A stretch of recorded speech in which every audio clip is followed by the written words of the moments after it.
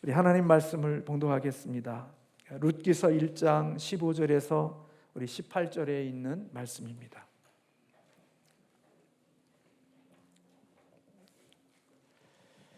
룻기서 1장 15절에서 18절에 있는 말씀입니다.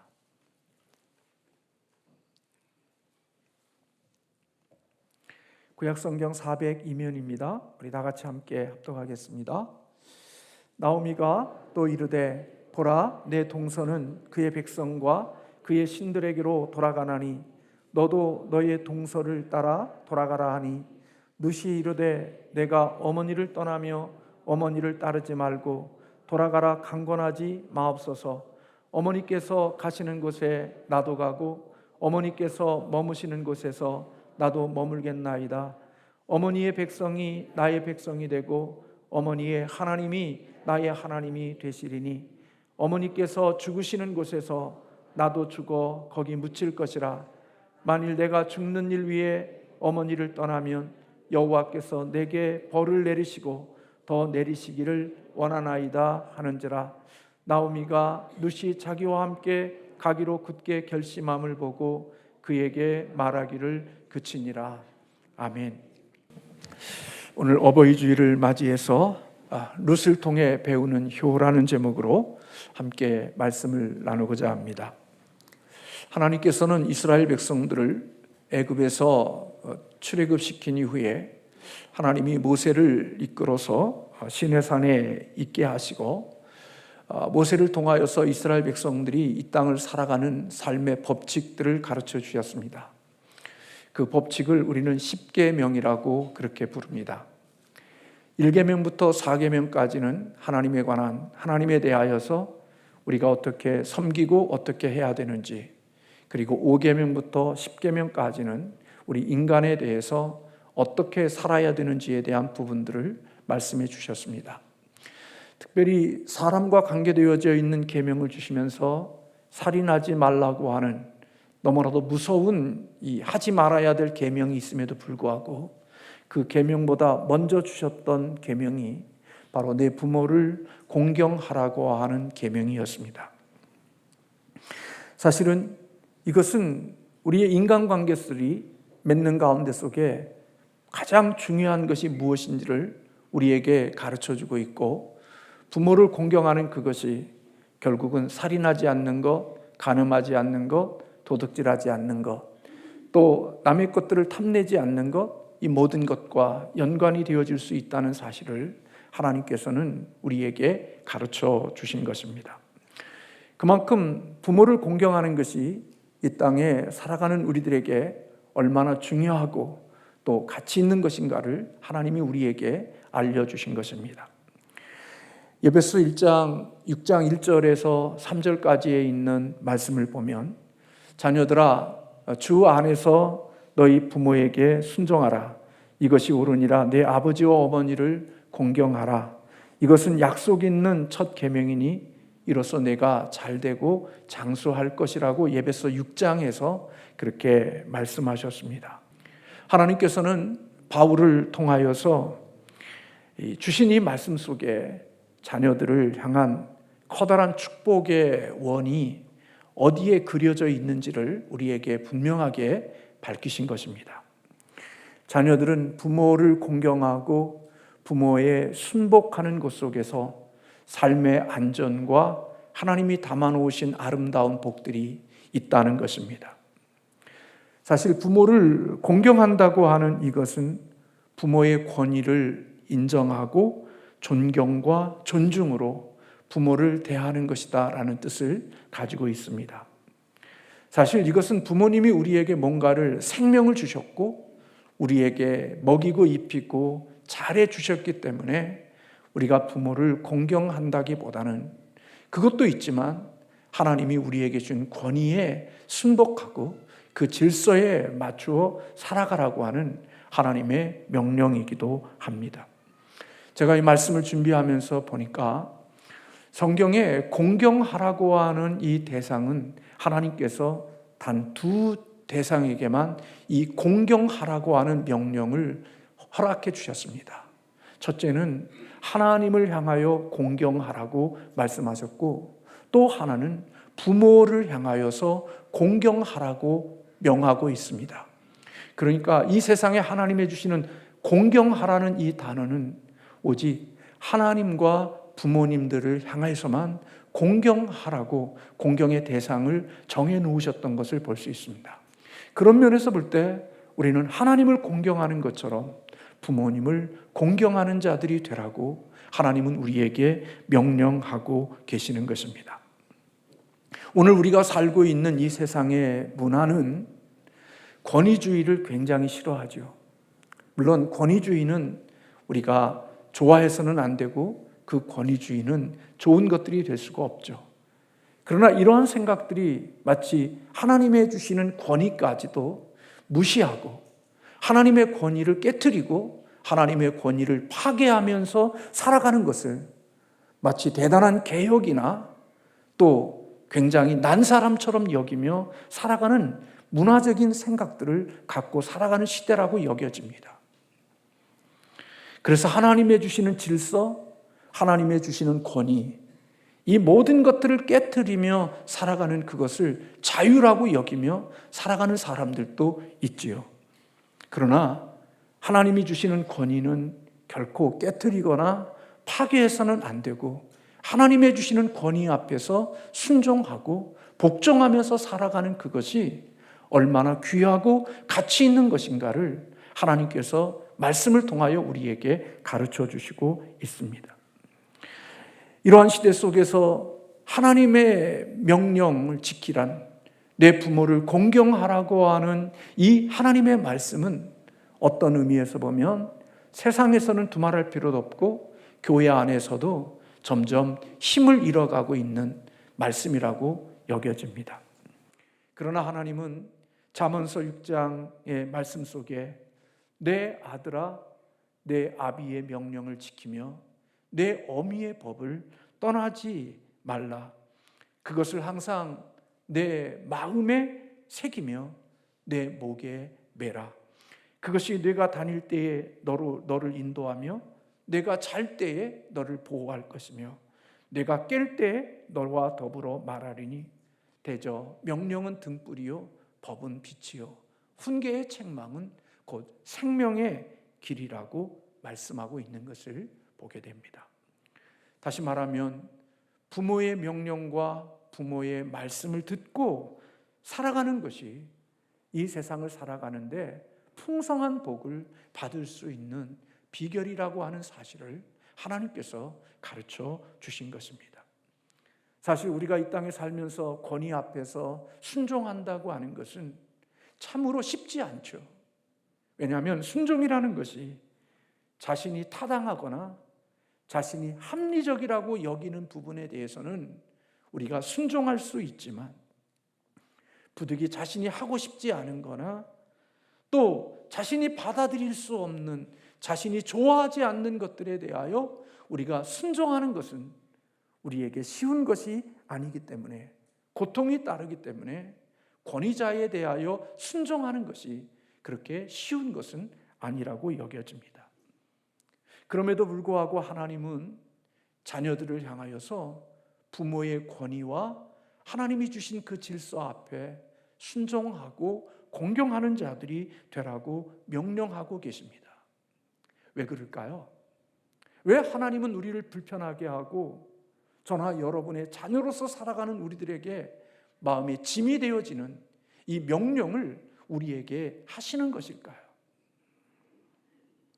모든 것들이 그렇고 모든 말씀이 그렇습니다마는 그것은 그 말씀을 듣는 자녀들의 유익을 위해서, 그 자녀들의 행복을 위해서 하나님께서 이와 같은 명령을 하고 계시는 것입니다.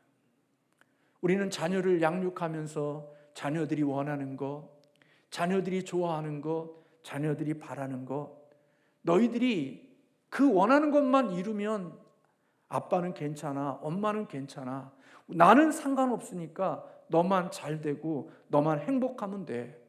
그리고 자녀를 우상으로 여기고 자녀들이 마치 자신들의 행복만 하면 괜찮은 자들로 자녀를 양육하는 모습들이 우리에게 혹이 있을 수 있죠. 근데 성경은 결코 그렇게 우리에게 말씀하지 않습니다. 부모의 책임이 어디에 있느냐? 부모를 공경할 줄 알고 자녀가 부모에게 순종하는 자녀로 양육해야 될 책임이 부모에게 있다고 하는 사실을 성경은 우리에게 말씀해 주고 있죠. 왜요?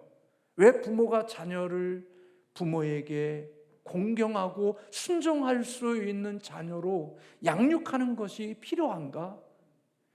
그것은 부모의 간절한 소원대로 자녀들이 이 땅에서 잘 되고 복되고 그리고 하나님의 주시는 축복의 영역 안에서 살아갈 수 있는 비결이 바로 부모에게 순종하고 부모를 공경하는 이 하나님의 세우신 이 법 안에 하나님이 담아 놓으셨기 때문에 오늘 자녀들로 하여금 부모를 공경할 수 있는 자로 양육하는 그것은 결국 자녀를 복되게 하고 자녀를 이 땅에 살아가면서 하나님의 복을 받으며 살아가는 자들이 되게 하는 비결이라는 것입니다. 부모의 권위에 순복하여 있는 아이, 부모의 권위에 순복하는 자녀는 하나님의 주시는 영적인 복과 그리고 땅의 풍성한 복을 받게 되어지겠죠. 만약에 저와 여러분의 자녀들 가운데 신앙을 가진 믿음의 부모님이 너 교회 나가야 돼, 예수 꼭 믿어야 되고 주의를 지켜야 돼, 그것은 평생에 네가 해야 될 일이고 그거 안 하면 너 죽어 하고 부모님으로부터 자녀에게 하나님 앞에 예배해야 되고 주의를 지켜야 되고 하나님을 섬기는 것은 네가 평생에 해야 될 일이라는 그 부모님의 말씀을 들었고 그 말씀에 순종하는 자녀였다면 그 자녀는 지금 이 공간이든지 아니면 이 공간이 아닌 다른 공간 속에서 하나님을 예배하는 영적인 자녀로 그 자리에 머물러 있었겠지요. 그러니까 부모의 말씀 앞에 순종하고 있는 그 자체 속에 이미 하나님이 그 속에 담겨 놓으신 복이 그곳에 부어지고 있는 것이고 하나님의 약속하신 그 복이 그 가운데 속에 역사되어지고 있다고 하는 사실을 가르쳐주고 있는 거죠. 부모의 말씀에 순종하지 않았기에 지금도 하나님의 명령과 부모의 명령을 불순종하고 있기에 영적인 축복의 자리에 머물 수가 없는 거고 하나님이 복 주시는 그 은혜의 자리에 함께하지 못하는 하나님의 복에서 멀어진 자가 되어져 버리고 만 거죠. 부모의 권위에 순종하는 것은 어떤 의미에서 보면 안전한 영역에 있다고 볼 수가 있는 것입니다. 부모의 불순종하는 것, 그것은 사실은 멸망의 자리에 나아가는 것이라고 성경은 말씀하고 있는 거죠. 그러므로 부모의 책임 또한 역시 이 자녀들로 하여금 하나님이 주시는 복수시는 자리, 안전한 자리로 그들을 끌어올 수 있도록 하는 것, 그것이 어떤 의미에서 보면 부모님에게 있는 책임이고 마땅히 감당해야 될 것이라고 볼 수 있는 거죠. 오늘 본문은 사사시대를 배경으로 합니다. 사사시대의 특징이 있습니다. 모든 사람들이 각자 자기의 좋은 소견대로 살았던 영적으로 어두웠던 시대가 바로 사사시대입니다. 이러한 사사시대의 한 가정의 이야기가 오늘 우리가 함께 읽은 룻기서에 기록이 되어져 있습니다. 베들레헴에서 살던 한 남자가 자기의 아내와 두 아들을 데리고 베들레헴을 떠나 모압이라는 이방 땅으로 이주를 합니다. 이주하는 이유는 베들레헴에 기근이 들었기 때문에 그렇습니다. 그래서 이들이 모압 이방 땅에 가서 좀 더 안전하고 좀 더 풍요로운 삶을 살고 싶은 마음 때문에 그들은 베들레헴 그 집을 떠나 모압이란 땅으로 이주를 합니다. 그리고 그곳에 정착해서 살게 되어질 때 일어나는 일들이 있죠. 그것은 바로 남편이 어느 날 죽습니다. 그리고 두 아들은 이방 여인과 함께 결혼을 해서 가정을 이루고 살아가건 10년이라는 세월 속에 10년이 정착한 지 10년이 지났을 때 안타깝게도 이 두 아들도 이방 땅에서 죽습니다. 행복하고 싶고 좀 더 안전한 삶을 살고 싶어서 기근이 있는 베들레헴 떡집을 떠나 오늘 이방의 모압 땅으로 갔는데 그곳에서 만난 일은 남편 죽고 두 아들 죽고 이제는 여인인 아내였던 나오미와 두 자부만이 남게 되어졌습니다. 아마 이들은 나오미의 입장에서부터는 소망이 끊어졌겠죠. 그리고 여기에서의 더 이상의 소망이 없음을 느끼게 되어졌을 그때 자신이 살았던 그 베들레헴의 기근이 멈추었다는 이야기를 이 여인이 듣게 되어집니다. 그리고 기근이 끝났다는 소식과 함께 이 나오미가 다시 자기의 고향 땅으로 돌아가기를 결심합니다. 그리고 그 올라가는 그 과정에 두 자부인 룻과 오르바라고 하는 이 두 남편을 잃은 그 며느리들만 남게 되어진 그들이 베들레헴을 향하여 올라갑니다. 한참 올라가다가 어느 날 갑자기 어느 순간 나오미가 멈춥니다. 그리고 두 자부를 향하여서 그렇게 말합니다. 너희는 각각 어미의 집으로 돌아가라. 너희가 나에게 선대하였지만 이제는 너희가 나와 함께할 이유가 없게 되어졌다고 말합니다. 이제 너희가 고향으로 돌아가서 너희 족속들 중에서 새 남편을 찾아서 새로운 삶을 시작하라고 남겨진 두 자부들에게 이렇게 권합니다. 아마 나오미는 베들레헴으로 올라가는 이 여인들에게 소망이 없다는 사실을 알았던 것 같습니다.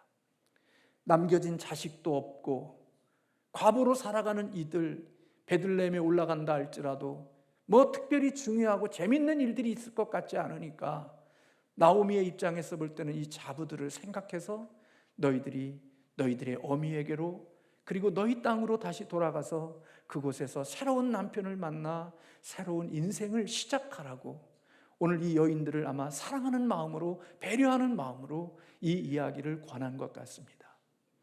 그때에 오르바와 룻이 다 이 어머니의 이 이야기 앞에 울면서 거절했습니다.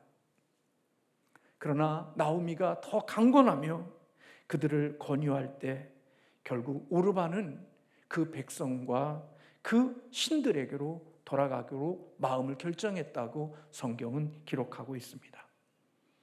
이제 홀로 남겨져 있는 룻, 그도 역시 자신의 고향과 신들에게로 돌아가라는 시어머니의 권함에 이렇게 말합니다. 오늘 16절의 말씀에 나로 어머니를 떠나며 어머니를 따르지 말고 돌아가라 강권하지 마옵소서. 어머니 가시는 곳에 나도 가고 어머니께서 유하시는 곳에 나도 유하겠나이다. 어머니의 백성이 나의 백성이 되고 어머니의 하나님이 나의 하나님이 될 것입니다라고 간청하며 나오미 어머니의 권면을 거절합니다. 룻의 선택은 단지 시어머니에 대한 것뿐만 아니라 그 여인의 마음속에는 이스라엘의 하나님에 대한 신뢰도 그 속에 함께 포함되어져 있음을 발견하게 되어집니다. 그녀는 고향을 떠날 때 이미 자신의 종교와 자신의 신들을 버렸고 어머니 나오미를 선택할 때 나오미가 믿는 하나님을 그 또한 역시 자기의 하나님으로 믿는 신앙인이 되어진 것입니다. 그래서 여러분, 이 두 여인이 이제 베들레헴을 향하여서 올라가고 있습니다. 여러분, 이때 나오미의 형편을 생각해 보십시오. 남편도 잃었습니다. 두 아들도 잃었습니다. 후손이 없습니다. 모든 것을 잃어버린 초라하기 그지없는 이 나오미입니다. 나오미와 룻이 베들레헴에 들어갔을 때 나오미가 떠날 때 그 나오미를 알았던 많은 여인들이 나오미에게 그렇게 말합니다. 이 여자가 나오미냐? 너무나도 초라한 여인이 되었기에 사람들이 그 여인을 보며 놀라 소리치는 모습을 볼 수가 있습니다. 그때 나오미가 자신을 알아보는 여인들에게 그렇게 말합니다. 룻기 1장 20절과 21절의 말씀에 보면 나를 나오미라 부르지 말고 나를 마라라 부르라. 나오미는 기쁨이라는 뜻을 가지고 있습니다. 근데 이제 나를 기쁨이라고 부르지 말어. 나를 이제 마라라고 불러. 마라는 비통함, 쓴뿌리, 고통의 뜻을 가지고 있습니다. 이제 나를 기쁨이라고 부르지 말고 나를 쓴뿌리, 나를 비통한 여인이라고 불러달라고 요청합니다. 그러면서 그렇게 말합니다. 이는 전능자가 나를 심히 괴롭게 하셨습니다. 내가 풍족하게 나갔더니 여호와께서 내게 비어 돌아오게 하셨느니라. 여호와께서 나를 징벌하셨고 전능자가 나를 괴롭게 하셨거늘 너희가 어찌 나를 나오미라 부르느냐 하니라. 나오미는 기쁨으로 나갔지만 지금은 마라로 고통으로 돌아오고 있는 것입니다. 나오미의 처지가 바로 이와 같은 마음적으로도 그리고 삶의 환경으로도 그는 쓴뿌리와 비참함과 고통 속에 오늘 이 베들레헴으로 올라가고 있는 것입니다. 이런 나오미를 따라서 올라가는 룻의 모습은 우리의 인생의 삶의 모습들과는 조금 낯설어지는 모습입니다. 보통 사람들, 저를 포함하여 보통 사람들은 내게 유익이 줄 수 있는 사람은 따르고 내가 뭔가 줄 수 있는 사람이 되어질 때는 내 곁에 있게 하고 싶은 마음이 보통 사람들의 마음입니다.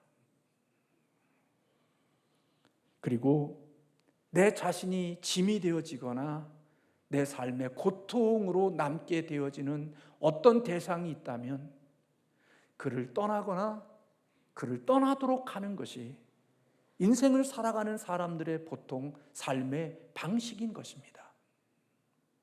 저도 그렇고 여러분도 그렇고 죄성을 가진 사람들이 살아가는 방식은 내게 유익이 되어지는 사람은 내 곁에 있게 하고 나를 떠나지 않도록 잡을 수 있지만 나에게 짐이 되어지고 나에게 고통이 되어지게 되면 그때는 그 사람을 내가 떠나든지 그로 하여금 나를 떠나도록 하는 것이 세상을 살아가는 사람들의 일상적인 삶의 방식인 것입니다.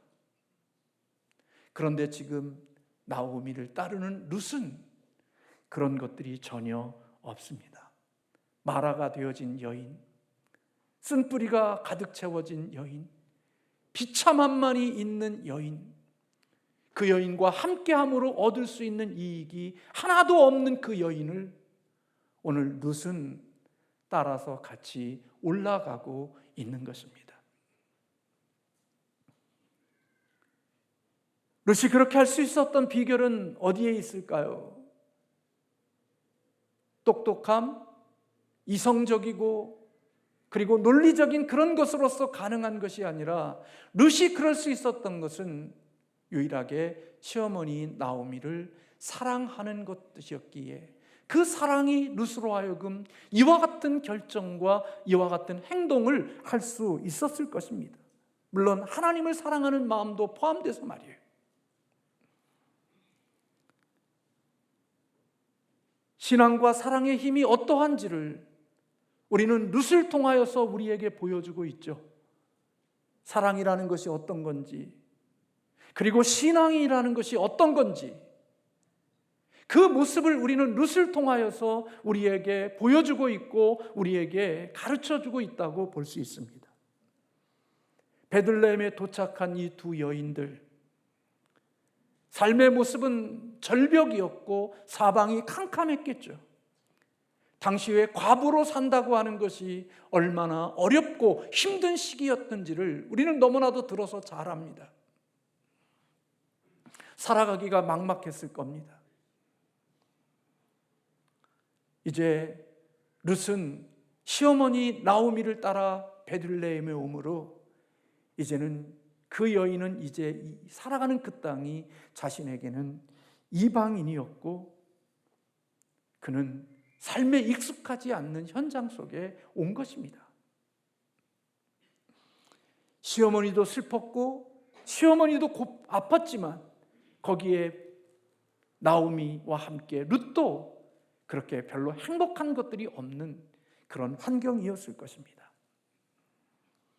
그런데 이 슬픔에 잠긴 이 나오미를 룻은 돌보는 일을 자신의 책임으로 여깁니다. 마라가 되어지고 그리고 비참한 가운데 있는 이 여인을 책임져야 될 짐이 내게 지어져 있다고 룻은 인식합니다. 그리고 이 여인이 시어머니인 나오미에게 내가 가서 이삭을 줍는 일을 허락해 달라고 요청합니다. 허락받을 일이 뭐가 있습니까? 뭘 허락받습니까? 시어머니가 줄 수 있는 게 있고 뭔가 갑이 이치에 있어야 허락을 받지. 다 잃어버리고 비참하고 쓴뿌리가 되어진 이 여인에게 젊은 며느리가 허락받을 일이 뭐가 있습니까? 그런데 룻은 나오미에게 어머니, 제가 시어머니와 나를 위해서 이삭을 줍는 일을 허락해 달라고 요청을 합니다. 그리고 시어머니가 그것을 허락해 줍니다. 나오미를 향한 그 마음, 어려운 환경 속에서도 룻은 시어머니에 대한 변함이 없는 친절과 정중함이 이 여인에게 있는 것을 보죠. 공경한다는 것, 무겁게 여긴다는 것, 바로 룻의 모습 속에서 우리는 이런 태도와 이런 자세를 통하여서 그가 부모를 어떻게 공경하고 있는지를 우리에게 보여주고 있는 한 단면이라고 볼 수 있는 것입니다. 부모님들이 돈이 있고 힘이 있고 능력이 있으면 그 앞에서 존중과 예의를 갖추지만 힘이 없고 별로 시시한 사람이 되어져 버리면 막대하고 함부로 대하고 무겁게 대하지 않는 모습들이 우리들의 모습 속에 있잖아요. 늙고 병들면 함부로 대하고 힘이 없으면 막대해도 아무 상관없는 그런 모습들이 우리의 모습 속에 있잖아요. 그런데 아무것도 가지지 못하고 스스로도 살 수 없는 이 연약한 이 한 여인, 이 여인에게 무거움으로 정중하게 자신의 것을 묻고 요청하는 이 룻의 모습이 얼마나 아름다운 모습인지를 우리에게 보여주고 있는 것입니다. 그는 시어머니의 필요가 자신의 관심이 되어졌고 그리고 시어머니를 위해서 자신이 뭔가 해야 된다고 생각을 했습니다. 그리고 낯선 땅이지만 그리고 익숙하지 않았지만 그 땅에서 성실하게 자기에게 주어진 일을 기꺼이 감당했습니다. 어거지로 하고 억지로 하는 것과 자원함으로 하는 것의 차이가 어디에 있는 줄 아십니까? 억지로 하는 것에는 열정이 없습니다. 억지로 하는 그곳에는 자기의 주어진 분량의 그 정도까지만 합니다. 그러나 자원함으로 그 일을 하는 사람들에게는 거기에 열정도 있고 땀도 있고 성실도 있고 신실함도 있고 근면도 있습니다. 억지로 공부하는 아이들의 모습을 보면 거기에는 뜨거움이 없습니다. 그러나 자원에서 공부하는 아이들을 보면 그 속에 불이 있는 것을 발견하게 되어집니다. 억지와 자원함의 차이가 바로 그것을 만들죠. 딸과 며느리의 차이가 있다면 어떤 면에서 보면 그런 면일런지도 몰라요. 자원함과 법률적인 자녀로서 주어진 경계선의 일을 하는 차이, 그 차이일 수 있겠습니다. 근데 이 여인은 그냥 그렇게 대충 하지 않은 것 같아요. 시어머니를 위해서 자신이 할 수 있는 최선의 성실함을 가지고 자기의 주어진 일을 했어요. 비록 이삭 줍는 일이었지만. 그래서 룻기 2장 7절에 그렇게 말합니다. 그의 종들이 주인을 향하여, 이 여인을 향하여 말하기를, 그의 말이 나로 배는 자를 따라 단 사이에 이삭을 죽게 하소서 하였고, 아침부터 와서는 잠시 집에서 쉰 후에 지금까지 계속해서 이 일을 하고 있습니다. 룻은 근면과 성실함과 그리고 최선을 다해서 이삭을 줍고 있는 것입니다. 그 이삭을 줍고 있는 이 여인을 보면서 종들이 이 여인을 볼 때 그가 얼마나 성실하게, 얼마나 최선을 다해서 그 일을 하고 있는지를 그들이 느꼈고, 그 느낌을 주인에게 말하고 있는 것입니다.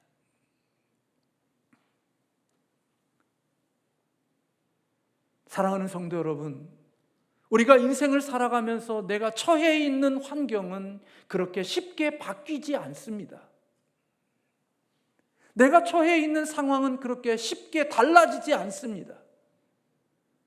우리의 인생이 갑자기 하늘과 땅으로 내려오고 올라가고 그러지 않습니다. 그러므로 우리는 이렇게 바뀌지 않는 상황 때문에 우리의 마음도 바뀌고 우리의 태도도 바뀌죠. 그러나 어떤 사람들은 내 자세를, 이 환경을 바꿔주지는 않지만 그 환경 속에서 그의 자세와 태도를 바꾸어서 삶을 살아가는 사람들이 있죠. 바로 룻이 그와 같은 여인이었습니다. 그가 처해져 있는 환경은 쉽게 바뀔 수 없는 과부로서 살아가는, 겨우 이삭이나 주어서 먹고 살아야 되는 형편이었지만 룻은 그럼에도 불구하고 자신은 그곳에서 자신이 감당해야 될 역할을 위해서 최선을 다하고 있는 것입니다. 고난과 고통의 시기가 되어지면 사람들은 편안한 곳으로 가려고 하고 친숙한 곳으로 돌아가려는 마음이 있습니다. 그러나 룻은 그것을 선택하지 않았습니다. 신앙의 길을 선택했습니다. 내가 힘들고 어려우면 그 힘들고 어려운 것이 나의 상처를 이용하여 다른 사람들을 더 고통스럽게 하고 아프게 하는 방향으로 우리의 모습이 반응하게 되어질 때들이 있죠. 나 이렇게 힘들어, 나 이렇게 어려워. 그러니까 내가 힘들고 어려운 것을 빌미로 해서 그 힘들고 어려운 상처로 다른 사람들을 더 고통스럽게 하고 다른 사람들을 더 아프게 하는 것으로 정당성을 확보하는 사람들도 없지 않아 있습니다. 나 이렇게 힘드니까, 나 이렇게 어려우니까 내가 이렇게 해도 너는 나에게 상관하지 마라. 그리고 나의 상처와 아픔이 다른 사람들에게 더 큰 상처와 고통으로 나아가는 사람들도 이 땅에 있습니다. 근데 룻은 자신이 처한 고통과 아픔의 상황 속에 그 고통과 아픔을 시어머니 나오미에게나 다른 사람에게 고통의 자리로 나간 것이 아니라 그 고통을 자신이 껴안고 시어머니를 치유하고 시어머니를 회복하고 시어머니를 살리는 것에 자신의 마음과 자신의 힘을 쏟아붓는 모습을 우리에게 보여주고 있는 거죠. 자신의 불행을 구실로 다른 사람들에게 상처를 주며 그리고 그것을 정당화시키는 그런 우리의 죄성이 있는 우리와 다르게 룻은 오히려 그 자신의 고통과 아픔을 가지고 시어머니를 회복시키고 시어머니를 살리는 일에 자신이 이삭을 줍는 일에 최선을 다하는 룻의 모습을 보는 거죠. 이처럼 룻이 살아가는 삶의 방식을 오늘날 저와 여러분의 관점으로 보면 바보이고 어리석어 보입니다. 아마 동창회, 여자 동창회들이 모여서 이런 동창회원 중에 누가 이 룻과 같은 여인이 있다는 얘기를 누가 친구 중에 한 사람이 이야기하면 비응신, 바보, 멍청이, 그렇게 모든 사람들이 다 말할 것입니다. 왜요? 바보 같으니까요. 어리석어 보이고 이 세상에 그렇게 우둔할 수가 없어 보이니까요. 근데 여러분, 참 놀랍게도요, 하나님은 이와 같은 바보 같고 어리석어 보이는 룻을 하나님은 주목했고 하나님은 바라보고 계셨다는 거예요.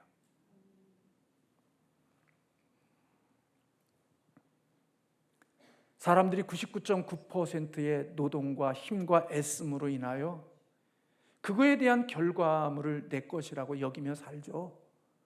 내가 이렇게 애썼고 수고했으니까 반드시 이렇게 먹을 거야. 네, 그렇습니다. 하나님은 땀 흘려서 먹게 하시고 수고한 거에 대하여 결과를 얻게 하십니다. 그리고 오늘 이 바보 같은 룻과 같은 인생을 살아가는 사람들은 그렇게 인생의 바보로 그리고 미련함으로 끝나야 되는 이 여인들에게는 누가 주목하고 계시느냐?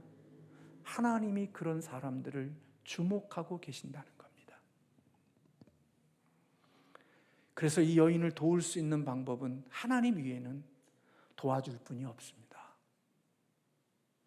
이 여인을 회복하는 방법은 하나님 위에는 어느 누구도 이 사람을 회복시킬 방법이 없습니다. 그래서 하나님이 이 여인에게 간섭하시는 것입니다. 보아스를 만나게 하시고 그로 하여금 결혼하게 하시고 그리고 그로 하여금 자녀를 낳게 하셔서 오벳이라는 자녀를 낳게 하시고 그리고 그 자손 속에 다윗과 이새와 다윗의 그리고 메시아가 나오게 하시는 이런 영적인 복과 부유하고 유력한 보아스를 만나 그의 인생뿐만 아니라 시어머니 나오미의 인생도 회복시켜 가시는 일을 하나님이 하나님의 방법으로 이루어 가신 겁니다. 그래서 하나님은 약속하셨습니다. 내 부모를 공경하라. 그리하면 그 공경하는 그 속에 내가 너를 잘되게 하고 너를 장수하게 할 것이라는 약속을 담아 놓으신 것입니다. 그래서 룻은 세상적으로 보면 바보고 세상적으로 보면 미련합니다. 훨씬 더 룻보다는 오르바가 지혜롭고 더 멋진 선택을 한 거죠. 근데 성경은 오르바라는 이름은 거기에서 끝납니다. 근데 하나님은 룻의 이름은 계속해서 이어져 가도록 하나님이 그 여인을 복되게 하시는 역사가 기록되어져 있는 것을 보게 되는 거죠. 잘되게 하심, 그리고 장수하게 하심, 하나님의 약속의 복이 이 여인에게 이루어지도록 하나님이 선물을 주신 겁니다.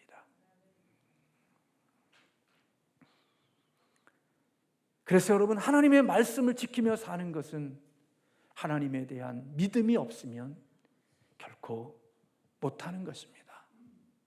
하나님을 믿는 하나님의 일하심, 하나님의 주권을 믿기에 내가 불편하고 힘들고 어려워도 오늘 그 어려움 속에서 하나님의 말씀을 지키려고 애쓰고 하나님의 말씀대로 살아가려고 애쓸 때 그때는 내가 망한 것 같고 내가 실패한 것 같고 내가 바보 같은 것처럼 여겨지는데 내가 그것이 하나님의 명령이기에 하나님의 말씀이기에 내가 그 말씀을 지키려고 내가 부모님을 향하여 공경하는 마음으로 나를 접고 나를 무거운 짐을 내가 짊어졌을 때 그때 그 일을 누가 주목하고 계시냐?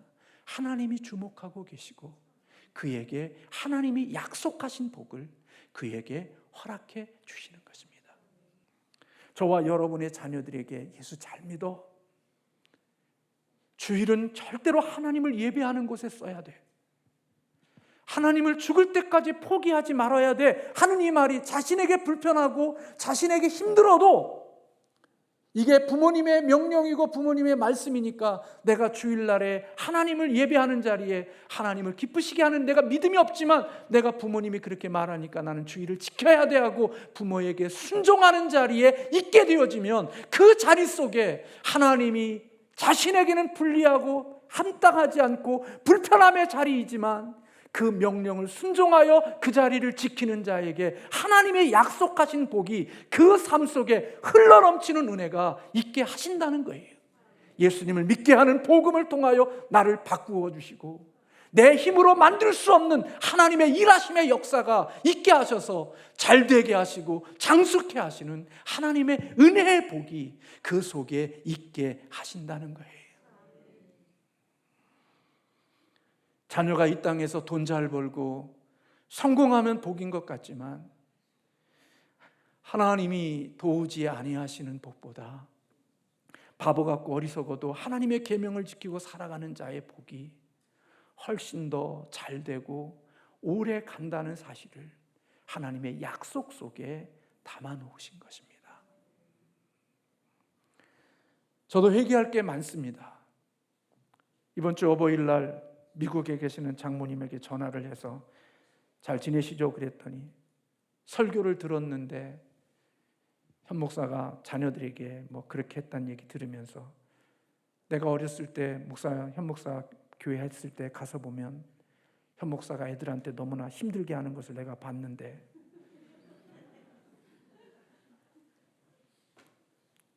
내가 얘기할 때는 괜찮은데 장모님이 그 얘기하니까 화가 막 날라.